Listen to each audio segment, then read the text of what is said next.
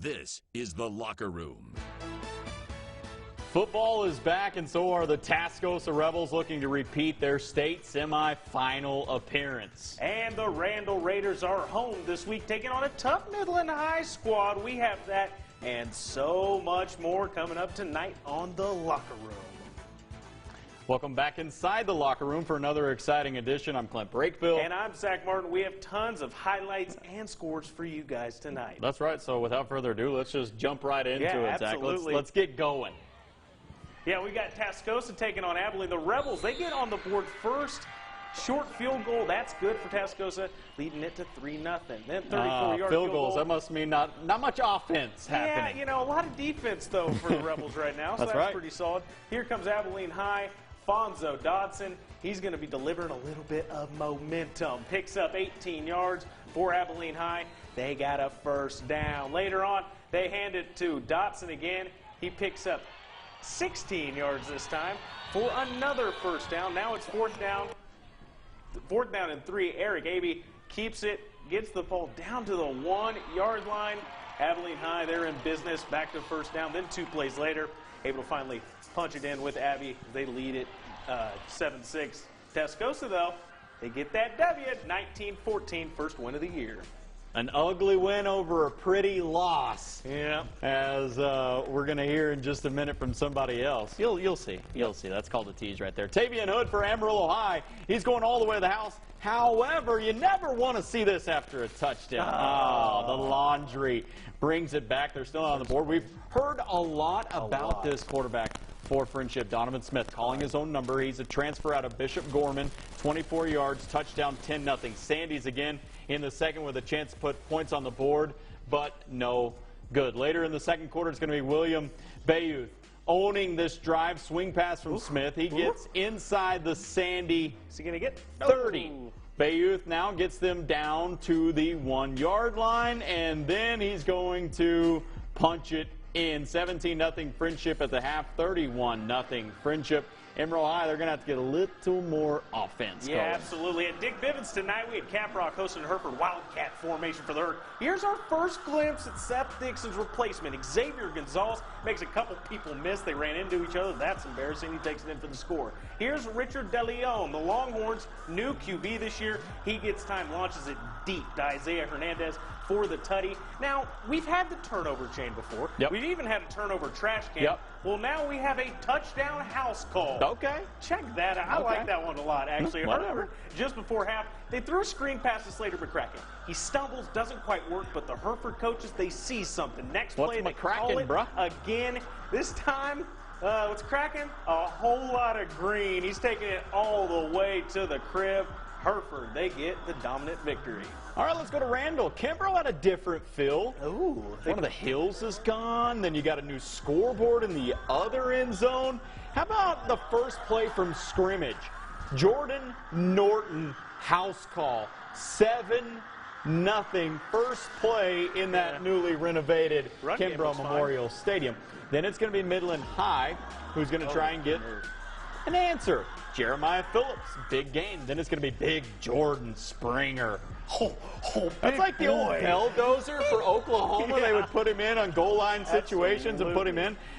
For the touchdown, he gets that second quarter. Randall in scoring position. Again, it's going to be Michael Miller. Gets the end around down to the 1. And a couple plays later, it's going to be Norton who gets back into the end zone again. 35-16, Randall Raiders get the win. Yeah, Canyon taking on Paladino. This is last night. Canyon's J-4. I asked Blake Bryant at 2-a-days, where do you keep getting these 6'3" just quarterbacks out of nowhere? He's like, if I could make him in the lab, I would. Touchdown for him right there. I think he is. Paladino answers as Dondre DeGreat hits Israel Guevara. He makes a couple people miss. I got no idea how he ended up scoring here, but he does. There's a freeze frame that we did with like 6 people around him. Yeah, it was pretty insane. Canyon with the ball again. This time it's going to be all Hildinger with the rock. Taking it down. He gets tackled just short, but it's okay. Next play, Hildinger's going to finish it off with the tutty.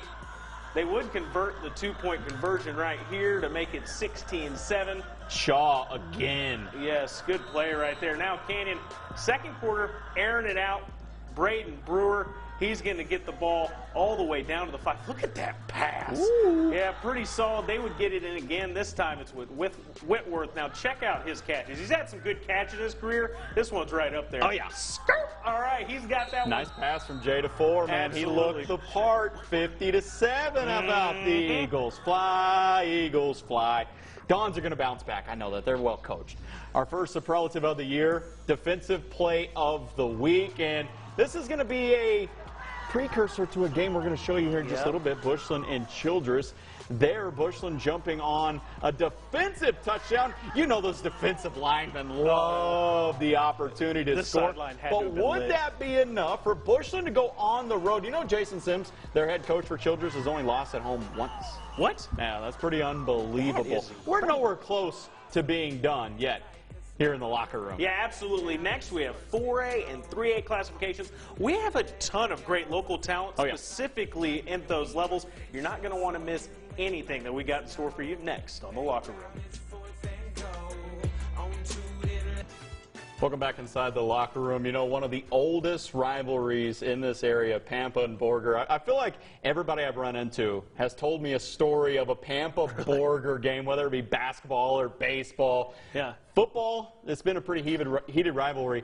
I believe it's been going on for about 86 years. 46-40, thanks to my friend Kel Steed for that stat. That's a close Pampa match. leads at 46-40. Yeah, exactly. It's kind of like that Duke in North Carolina when you line them up and the stats look almost identical for both. This has been a back-and-forth heated rivalry for a long time. Yeah, no, for sure. Let's get into the highlights. A little bit northeast of here in Borger. They got a new stadium, too. It's pretty revamped. Hosting Pampa. Second quarter, 14-7. Here's Kevin Sanchez. Can't find anyone open, so he scrambles 15 yards for the first down. Sometimes you just got to do that. Sanchez has... I like the Sanchez. I like Sanchez, too. Sacked by Cameron Chambers to end the drive. Pampa, they get Camden Hernandez, he's going to get the ball to Chris Duarte for the 20-yard gain. First down for Borger. Same drive. Last play of the quarter, Hernandez scrambled. And scrambling not always a good thing. Don't keep going backwards. Don't keep going backwards. No. And fumble. Oh, well, at least it was the end of the half. However, Pampa, they do go on to get the win, 30-25. Perryton taking on Dumas. We start in the final minutes of the first quarter with Perryton up 7-0 and a nice run by Dumas. Brian Mendoza finding the lanes, running tough. Dumas's drive would be cut short by the end of the quarter, but we start at the beginning of the second. And we get another run, this time from Jacob Mars on the opposite side of the field, inside the 5. Now we're going to get that goal line stand. Spencer Williams hits a wall of Rangers. Oh, yes. And just stopped. Okay, so we get another attempt, this time from Williams. And this time gets into the end zone. Those black unis might be my favorite. Dumas gets a win. Mendoza punching it in there. 51-20, Dumas gets the win. Our last 4A team of the night, Dalhart, they go up against Muleshoe. How about that, Dalhart? 47-0 over Muleshoe. With a new quarterback to 3A we go. Some of the best in 3A we're going to see right here. WTI, they've been good the last few years. Canadian, well, they've been good since pretty much the dawn of time. Here's Hayes Upstedler. Takes the toss, he gets to the goal line. 2 plays later, Grant McCook. I wondered if he'd be I thought he'd be the starting quarterback. He gets the touchdown, 7-0 Wildcats. First play for WT High, Aaron DeLuna. Check this out, just ripping it off down the left side. Watch out, cameraman. Later, Huffstedler, he's going to end up breaking a tackle off, races 50 yards for the score. They're a well-oiled machine. That's not going to change anytime soon, 36-22. But West Texas High, a smaller school, hanging right there with them. Yeah, Bushland taking on Childress. Jared Thomas, coach's son, Jimmy Thomas's son there. Senior throwing the touchdown pass to Skylar Jaco, showing off the arm, 6-0. Bushland up 13-0. Coleman Junell up the middle on a 4th and 3, 20-0. Now Childress is going to cut it to 20-7. Miguel Salinas up the middle for the touchdown. Childress backed up in their own end zone. We showed you this a minute ago. It's a big play, and we'll show you why with this final score, because it snapped over the quarterback's head, and Brody Phillips is there to pick it up. 27-7 Bushland at the time. They win 29-24. 2. And here's head coach Jimmy Thomas at the end of this tight game. We persevered when it all mattered, at the end. But, yeah, it was an ugly win for sure. But, we'll take that over a pretty loss any day. But, our kids just kept playing, and that was what was important.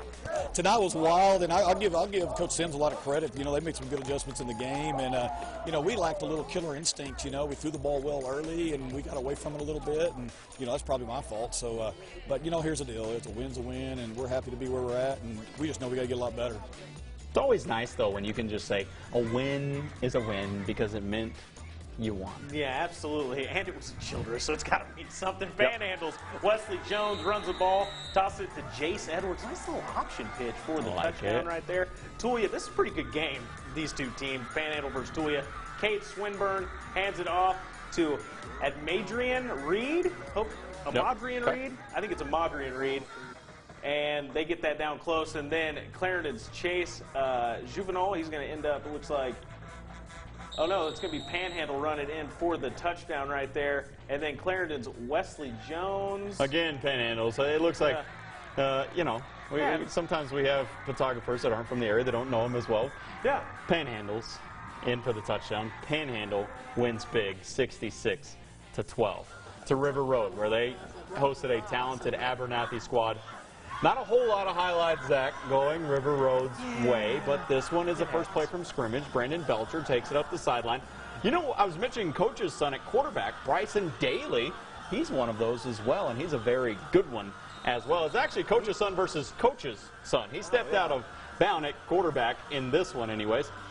Avery Clarkson finishes off the drive for Abernathy. They're on the board, and then Bryson Daly dropping back and tossing a dime back of the end zone, Jess Hole.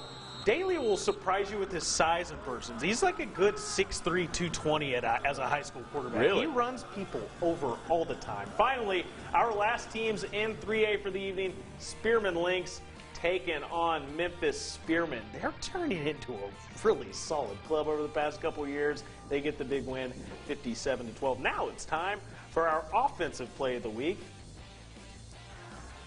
Yeah, and this one, there's reason. Let me set this one up for you. Yeah. Because Kimbrough, which I'm very familiar with, went to West Texas A&M. I've been out there a million times.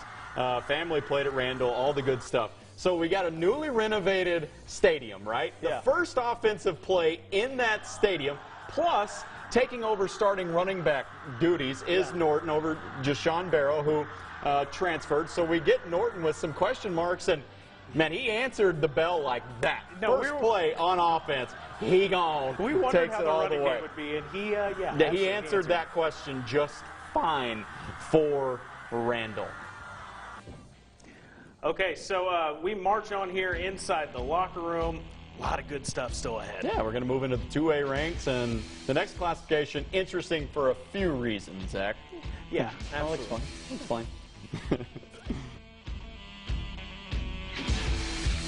I would argue with anybody in the state that the Texas Panhandle does 2A better than anybody else. Yeah. You think about some of the powerhouses we have, not only just in football, but girls basketball, boys basketball, baseballs, all over the map in 2A. Football, though, we got some of the best powerhouses in the entire state right here. You think about that with just Groover, Wellington, Stratford, and that's just naming a couple. But let's start with Stratford, since I did mention them, taking on Sunray. We're diving into some of the best football we have, again, in the Panhandle, into a Stratford, Sunray. Sunray in possession on a short pass to Tate DeBoard, but that is going to be intercepted by Alberto Guerrero, and he gone all the way. After the kickoff, Sunray with possession of the football again, this time a fumble scooped up by Stratford's Britt McQuitty, and he too takes it all the way for a touchdown. Sunray with the ball. Again, I'm sensing a little bit of a theme here. Intercepted by... Oh, no! Whoa! Check that out. Some magic for Sunray.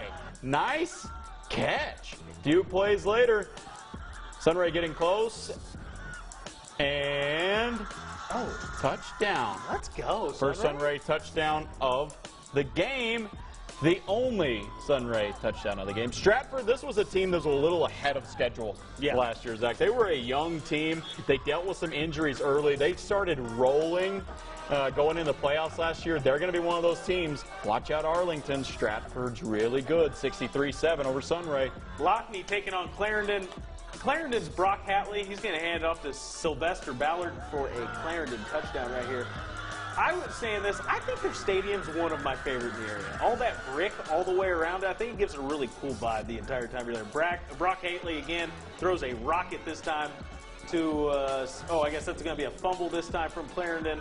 But this time he's going to throw a rocket down the field. Sylvester Ballard doesn't quite score, gets tackled from behind. He's a big boy, though. You can't always expect him to take it to the house. Lockney's Pablo Morales. He's going to hand it off to Anson Rendon. But, it's going to get taken by Jamal Butler. Goodness. I was going to say, there had to have been a flag on that play, right? Yeah, absolutely. 35-7 Clarendon, the final on that one. We have a ton of scores in 2A for you, like a bunch, so get ready. Freona, they took down Farwell 61-6. Is that right? 61-6, okay. Yeah, and then Highland Park 42-6 over Booker. Highland Park looking pretty solid week 1. Groover taking on Texoma 61-19, I believe that. Vega 63. This is a team, Zach, I've been telling you for a while. Vega, they bring back a ton of starters. They have a third-year starting quarterback in Carson Kirkland, a well-coached team. They're so important to them as their offensive line. They bring back 6 of them. They win 63-0. Rawls taking on Shamrock. Rawls wins 42-0. Wheeler past Lubbock Trinity 52-15. And then Wellington, they're taking on Clayton. They win 44-0. And then Fridge taking on Slayton. That one ends up being 41-6. Bovina, they're able to take down Boys Ranch 66-20. So now we go to the team of the week, and another one of those things setting this up. Okay, so Jay DeFore is the new starting quarterback. You and I have said, and we said this last year, maybe the most exciting team to watch was Canyon. Because of Lawton Reichel. They had a Division I quarterback that could go to the house at any time. They didn't miss a beat. They scored 50 points. Jay DeFore, again, you said like a factory of quarterbacks. Jay DeFore stepped right into this offense, and they picked up where they left off last year. They look to be very exciting. And say what you want about Palo Duro, they've got a lot of athletes on that team regardless. And the fact that you're able to put up 50 with them, with your starting quarterback in week 1 when a lot of offenses aren't running perfectly, that says a lot about what the Canyon Eagles can do. And so, and something with the Dons, too, is they only brought back, I believe, 3 starters on offense, 2 on defense. So it's going to take a little time for Chris Fisher to get this team rolling. So, but Canyon took advantage of that in week number 1, winning 50-7. One last commercial break for us here on The Locker Room. But this show, we still got quite a bit to go. 6-man teams and our friends in New Mexico and Oklahoma. We got you, homie. That's coming up next on The Locker Room. We move now to the 6-man level. Yeah, Clint. And last night, the San Jacinto Patriots, they were our first 6-man team in action for our area. Eagle touchdown here, though, is Kadeem Pruitt, 50 yards. That would make it 20-0. Then Patriot touchdown, though, Graham Hollis to Avery McGregor on a 20-yard score after he breaks some tackles, too. Check this out. He's going to cut all the way across the field. It is a really nice play. And then just gets in. Runs out of focus. Yep, absolutely. Sterling City, though, they go on to get the pretty dominant victory, 64-60. More scores for you. Last night, Nazareth, they were taking on Wichita Christian. That got canceled. I talked to Coach. He said, we watched lightning in the sky for 2 hours. Finally had to call it. Claude, they're taking on Follette. Claude gets the win. Groom, Silverton, we have not seen a final from that one just yet. Laz Buddy gets the win over Hart, 40-34. Miami taking on Headley. That one ends up being 54-6. Tomorrow we got the Jayton Jaybird Classic. You get a lot of 6-man games in one day in Jayton. Happy Knox City. That should be a good one. And then McLean, coming off of their state championship, they get Bloom tomorrow in Jayton, as well as White Deer taking on Spur. So now we go to New Mexico, 505 and 575. We only have 2 area codes there. So absolutely. There's that. Las Lunas taking on Clovis. In this one, the 575 takes down the 505 as Clovis wins 30-15. And then 575 Portales will be at 505 St. Mike's tomorrow. Tucumcari, they're taking on Albuquerque Academy. That will also be tomorrow. Dexter, Texaco, they played tonight. Dexter got the win. And finally, Boise City facing off Logan. Another one of those we have just not got the score from just yet. Oklahoma. Western Heights, they're taking on Guyman. Western Heights, they get the win. Beaver on the road against Garber. Garber gets the victory. And Turpin versus Balco Forgan. And it is Turpin who falls 28-12. We're already done? That flew by. That went fast. Week 1 of the locker room is in the books, but we're not done. You and I aren't done. We're about done with the locker room, but we're not done yet because we have Texas Online Overtime. Yep. We're going to get a bunch of these games, and we're going to compile statewide it's going to be a lot of fun. And they're going to be on myhighplains.com for you tomorrow, so please go check that out. I want to thank everybody for joining us for week 1. It's nice to have football back in action. Yeah. New Mexico last week, Texas. Now we got everybody. Yep. College. That starts tomorrow as well. Wait. Everybody have a great night. Thank you for joining us on The Locker Room.